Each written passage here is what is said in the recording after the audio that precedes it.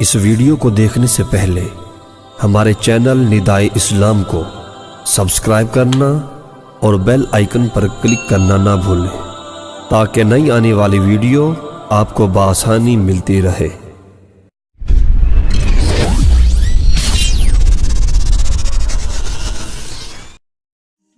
بسم اللہ الرحمن الرحیم۔ معزز سامعین، آج ہم آپ کے لیے بہترین تاریخی واقعات لے کر آئے ہیں اور ہمارے اس واقعے کا موضوع ہے حضرت داؤد علیہ السلام کس طرح بادشاہ بنے۔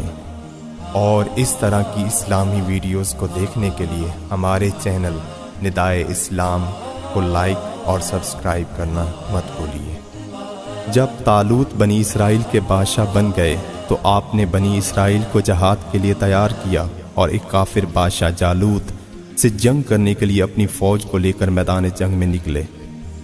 جالوت بہت ہی قد آور اور نہایت ہی طاقتور بادشاہ تھا۔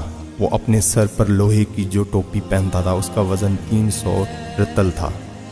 جب دونوں فوجیں میدان جنگ میں لڑائی کے لیے صف آرائی کر چکی تو حضرت طالوت نے اپنے لشکر میں اعلان فرما دیا کہ جو شخص طالوت کو قتل کرے گا میں اپنی شہزادی کا نکاح اس کے ساتھ کر دوں گا اور اپنی آدھی سلطنت بھی اس کو عطا کر دوں گا۔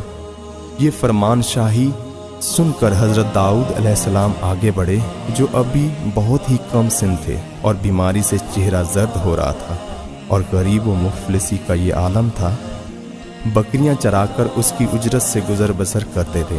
روایت ہے کہ حضرت داؤد علیہ السلام گھر سے جہاد کے لیے روانہ ہوئے تھے تو راستے میں ایک پتھر یہ بولا کہ اے حضرت داؤد مجھے اٹھا لیجئے کیونکہ میں حضرت موسیٰ علیہ السلام کا پتھر ہوں۔ پھر دوسرے پتھر نے آپ کو پکارا کہ اے حضرت داؤد مجھے اٹھا لیجئے کیونکہ میں حضرت ہارون علیہ السلام کا پتھر ہوں۔ پھر ایک تیسرے پتھر نے آپ کو پکار کر عرض کیا کہ اے حضرت داؤد علیہ السلام مجھے اٹھا لیجئے کیونکہ میں جالوت کا قاتل ہوں۔ آپ علیہ السلام نے ان تینوں پتھروں کو اٹھا کر اپنے جھولے میں رکھ لیا۔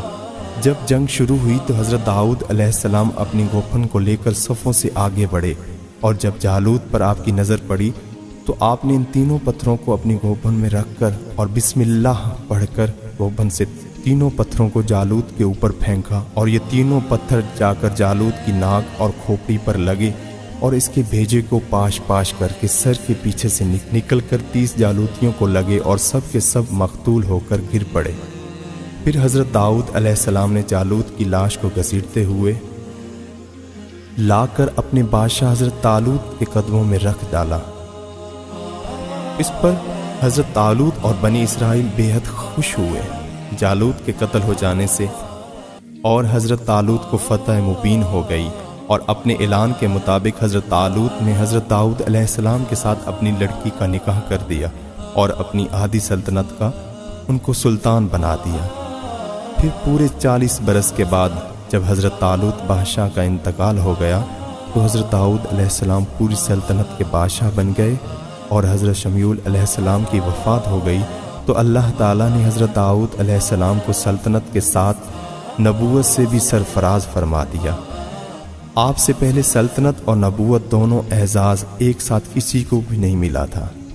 آپ پہلے شخص ہیں کہ ان دونوں عہدوں پر فائز ہو کر 70 برس تک سلطنت اور نبوت دونوں منصبوں کے فرائض پورے کرتے رہے، اور پھر آپ کے بعد آپ کے فرزند حضرت سلیمان علیہ السلام کو بھی اللہ تعالیٰ نے سلطنت اور نبوت دونوں مرتبوں سے سرفراز فرمایا۔